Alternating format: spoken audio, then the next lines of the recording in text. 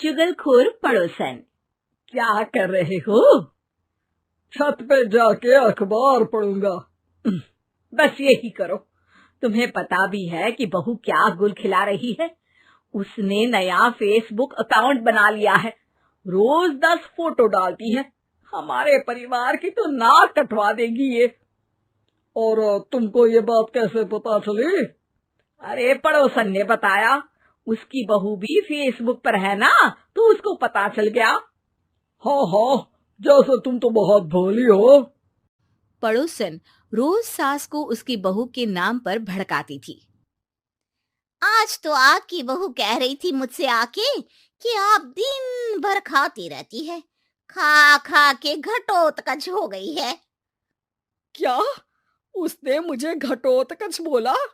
अरे वो खुद ना कटी सुपर्णखा है। आप कह रही हो तो सही होगा, लेकिन आप उसको बताना मत कि मैं ये सारी खबरें आपको देती हूँ। शाम को जब बहू पड़ोसन के पास जाती है, आज तो तेरी सास तुझे सुपर्णखा कह रही थी, कल ताड़का भी कह देगी। पता नहीं इतनी अच्छी बहू मिली है, फिर भी वो तुझे राक्षसनी क्यों समझती है? आप कितनी अच्छी हैं। आप मेरी सास की हर बात मुझे बता देती हो, वरना मुझे पता ही नहीं चलता कि वो मेरी पीठ के पीछे इतनी बुरी बात करती है। चालाक पड़ोसन रोज ही दोनों सास बहू के सामने उन दोनों की ही बुराई करती और चुगली करके बातें बता देती, ताकि दोनों में हमेशा लड़ाई होती रहे। आपने तो बस छत पे बैठ के अखबार पढ़ना है और चाय के घूंट पीना है। बहू की वजह से मुझे तो जहर के घूंट पीने पड़ रहे हैं। कल वो मुझे मोटी घटोत्कच बोल रही थी। तो तुम भी तो उसको नाक कटी सुपर्णखा बोल देती ना। हाँ हाँ, वही बोल दिया मैंने उसे। आप मुझे कितना समझते हो। बहुत अच्छे से। अब मुझे वो ये बात पड़ोसन ने बताई ना, वही तो है आपकी शुभ चिंतक।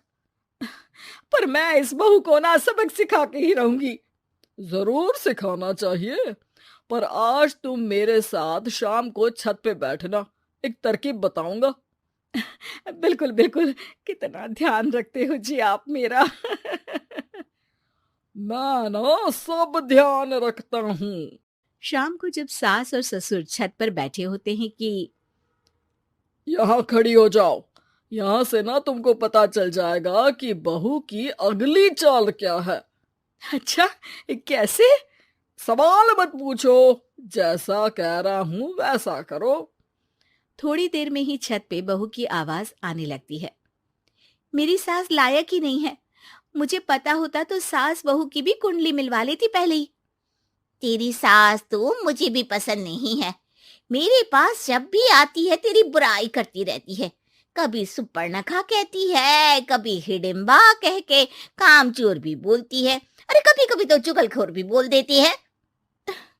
काश आप जैसी होती मेरी सास। ऊपर छत पे पड़ोसन और बहू की आवाज सुन के सास के होश उड़ जाते हैं। समझी? जी समझी। सुबह तुम्हारे सामने ये बहू की बुराई करती है और शाम को बहू के सामने तुम्हारी। मतलब आप सिर्फ अखबार नहीं पढ़ते, सारी खबरें भी रखते हैं। अब तो इस पड़ोसन को भी सबक सिखाना पड़ेगा। शाम को सास बहू को जाके पड़ोसन की साजिश के बारे में बता देती है। हाँ, मुझे माफ कर दो माँ जी।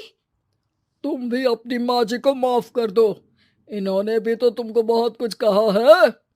अरे बस बस, अब ये सोचो कि पड़ोसन को सीधे कैसे करना है। अगले दिन सुबह पड़ोसन सास का इंतजार कर रही होती है, लेकिन वो देखती है कि वहां सास और बहू एक साथ आ जाते हैं। अरे अरे, आज दोनों एक साथ।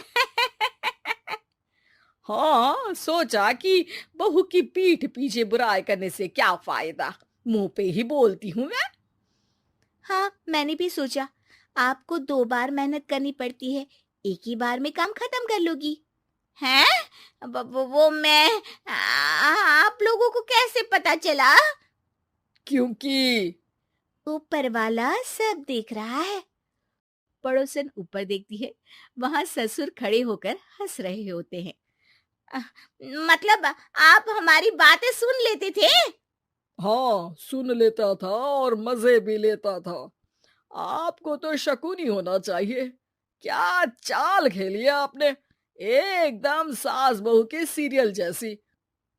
तो बताओ पड़ोसन जी, मेरी बहू ने आपसे अब मेरे बारे में क्या बोला? यही बोला कि सास बहुत अच्छी है, बहुत ध्यान रखती है। अच्छा, और सास ने मेरी क्या बुराई की? नहीं ना की बुराई, हमेशा तारीफ करती है। भगवान सबको ऐसी सास दे। मेरी गलती है जो मैंने आप लोगों में आग लगाने की कोशिश की। पर छत पे लगा हुआ सीसीटीवी यानी कि शर्मा जी सब देख रहे थे। हाँ जी, मुझे माफ कर दीजिए। माफ क्या, आपको तो अब हम साफ ही कर देंगे अपने वालों की लिस्ट से। आज से आपकी और हमारी बात बंद, लेकिन बुराई जारी रहेगी। अब आपकी हरकत के बारे में पूरे मोहल्ले को बताना तो पड़ेगा ना आंटी जी। बेटी का बलिदान। सृष्टि मयंक से बहुत प्यार करती थी। वो उसके साथ अपने सुनहरे भविष्य के सपने देखती। लेकिन जब ये बात उसके माता पिता को पता चलती है, सृष्टि, तुम घर वापस आ जाओ, कोई जरूरी काम है। पर माँ, कल मेरा ऑफिस है, मुझे छुट्टियों के लिए अप्लाई करना होगा। नहीं, इतना वक्त नहीं है, बस तुम आ जाओ जल्दी से। सृष्टि घर आती है तो पहले से ही कुछ लोग घर में बैठे होते हैं। वो लोग सृष्टि को देखने आए होते हैं। उसी में एक लड़का भी होता है, साहिल। मुझे सृष्टि पसंद है, मैं शादी के लिए हाँ करता हूँ। लेकिन माँ, आप तो जानती है कि... अरे चुप, कुछ मत बोल। सभी सृष्टि को चुन्नी चढ़ाकर चले जाते हैं। माँ, मैं किसी और से प्यार करती हूँ। मयंक काफी पैसे वाले घर का लड़का है। आपको पता है, हमारे पूरे ऑफिस का मालिक भी वही है। माँ, वो मेरे बिना नहीं रह पाएगा। अरे पता है ना तेरी बब्बी मासी, उनकी बेटी की शादी अमेरिका में हुई। यहाँ हर किसी के घर में कोई ना कोई विदेश में है, तो तू भी बाहर ही जाएगी। साहिल ने इतनी लड़की रिजेक्ट की है। अब तू हाँ बोल दे तो शादी के लिए वो लोग तैयार ही है, क्योंकि वो लोग सिर्फ 10 दिन के लिए ही आए हैं इंडिया में। कैसी बात कर रही हो माँ, मुझे एक बार तो ऑफिस जाना ही होगा। लेकिन वो लोग मानते ही नहीं और सृष्टि की शादी साहिल से हो जाती है। शादी के बाद सृष्टि मयंक के पास जाती है। सृष्टि, तुमने शादी भी कर ली और मेरे माता पिता विदेश में मेरी शादी कराना चाहते थे। मैंने काफी समझाने की कोशिश की, लेकिन मेरे भाई और पापा नहीं माने। I am sorry Mayank. अरे तो मैं विदेश में कहीं शिफ्ट हो जाता यार, इतने सारे बिजनेस है मेरे। सृष्टि मयंक के सामने रोकर वहां से चली जाती है। लेकिन शादी के बाद जब वो विदेश साहिल के घर जाती है तो... देखो, ये एक कमरा है मेरा, मैं यहीं रहता हूँ, और ये एक सोफा कम बेड है। रात में मैं इसे बेड बना लेता हूँ और दिन में सोफा। और देखो, मैं ज्यादा कमाता नहीं हूँ, तो तुम्हें भी मेरी मदद करनी होगी फाइनेंशियली। सृष्टि हाँ में सर हिला देती है। अगले दिन साहिल के जाने के बाद वो माँ को फोन करती है। क्या है माँ, कहाँ शादी करवा दी? एक तो कोई चेहरा यहाँ अपना सा नहीं दिखता, ऊपर से ये घर। विदेश के नाम पर क्या कर दिया आपने माँ? साहिल यहाँ सेटल भी नहीं है। मयंक के तो कितने बिजनेस थे, आलीशान बंगला, नौकर चाकर। यहाँ तो मैं खुद नौकर बनकर रह गई हूँ। ये क्या किया माँ आपने? अरे क्या बताऊं बेटी, तेरे पिता ने जो कहा मैंने वही किया। अब जो कुछ भी है वो तेरी किस्मत है भाई, जैसी भी है। वहीं सृष्टि का भाई सारंग एक लड़की से प्यार करता है। माँ, मैंने शादी कर ली है निशा से। क्या? शादी कर ली? और वो भी निशा से? और उसके माँ बाप तो नहीं मान रहे थे ना? भाग्य की है माँ, अब वो अपने घर में और मैं अपने घर में। और कैसी बात कर रहा है? उसके पिता तो बड़े कमिश्नर है, उठाकर जेल में डाल देंगे तुझे। तभी तो किया है पापा, और ऐसे कैसे डाल देंगे जेल में?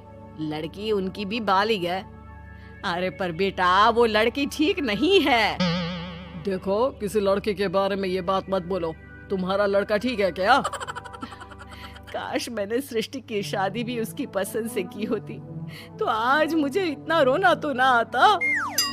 अरे माँ, तुम उसकी बात पर मत आया करो ना, विदेश में है जहाँ लोग जाने के लिए मरते हैं। हाँ, लेकिन छोड़ो और ये बताओ कि बहू को घर कैसे लाया जाए।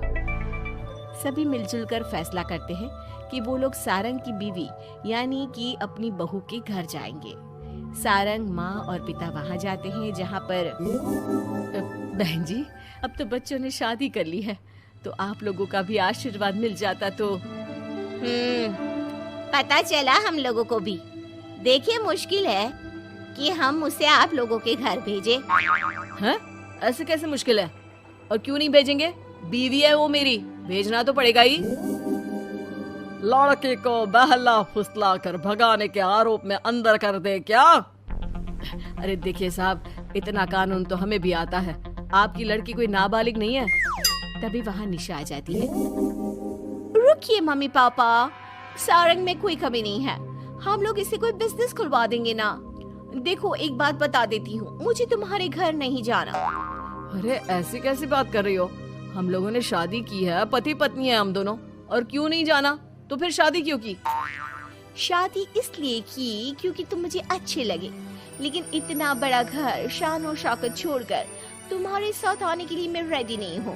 एक तो तुम्हारा घर जिस मोहल्ले में है वो मोहल्ला बहुत खराब है, वहीं से शायद हमारी काम वाली भी आती है ना माँ?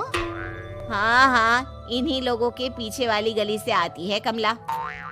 देखो सारंग, पापा हम लोगों को आराम से पॉश कॉलोनी में फ्लैट दिला देंगे, काम भी शुरू करवा देंगे, तो तुम हम लोगों के साथ रहो। रही बात माँ पापा की तुम्हारे, तो रोका किसने है? साल में होली दिवाली मनाने हम जाया करेंगे ना उनके घर। सारंग अपने माँ पापा से कहता है, माँ मुझे निशा की बात ठीक लग रही है, वैसे भी आप लोगों के साथ तो पूरी लाइफ स्ट्रगल ही करता रहूंगा। अरे कैसी बात कर रहे हो सारंग, हम लोग यहाँ बहू लेने आए थे, बेटा देने नहीं। अब देखिए, जो होना था वो तो हो गया, अब तो आप सारंग को यहीं छोड़ दीजिए और विदाई लीजिए। हाँ माँ, मैं अब यहीं रहूंगा, आप लोग जाओ, मैं अब उस मोहल्ले में नहीं आने वाला। सारंग के माता पिता वहाँ से चले जाते हैं। अब जब भी माँ सारंग को फोन करती तो या तो वो फोन काट देता या उठाता ही नहीं। एक बार सारंग के माता पिता काफी बीमार होते हैं कि तभी उन लोगों के पास सृष्टि का फोन आता है। कैसी हो माँ? तबीयत ठीक नहीं लग रही है, तुम्हें और पापा को कुछ हुआ है क्या? अरे बेटा, 2 दिन हो गए हम लोग कमरे में बंद है, कोई डॉक्टर के पास ले जाने वाला तक नहीं है। हाँ माँ, मैंने सारंग को फोन किया था लेकिन उसने कहा। अरे वो तो बात तक नहीं करता, पैसे वाला हो गया है ना। रुको माँ, मैं कुछ करती हूँ, आप दोनों तैयार हो जाओ। थोड़ी ही देर में उन लोगों की डोरबेल बजती है। माँ दरवाजा खुलती है तो सामने एक हैंडसम सा लड़का लंबी कार लेकर खड़ा होता है। मयंक हो ना तुम बेटा? मयंक उन दोनों के पैर छूता है और डॉक्टर के पास ले जाता है। डॉक्टर, मैं आप लोगों को अंकल आंटी के घर का पता दे दूंगा, आप इन लोगों के घर हफ्ते में एक बार जाकर रूटीन चेकअप कराना। जी मयंक जी, जैसा आप कहें, आखिर ये अस्पताल आप ही का तो है। मयंक का रुतबा देखकर माँ बाप को अफसोस होता है कि क्यों उन लोगों ने विदेश के नाम पर बेटी को बाहर भेज दिया, लेकिन बेटी ने भी उनका मान रखा। चाहती तो निशा की तरह भागकर वो भी शादी कर सकती थी। क्या सोच रहे हैं आप लोग? चलिए मैं आप लोगों को घर छोड़ देता हूँ। और हाँ, मैं और सृष्टि आज भी अच्छे दोस्त हैं, तो आप लोगों को कोई भी समस्या हो तो फोन कर दीजिएगा।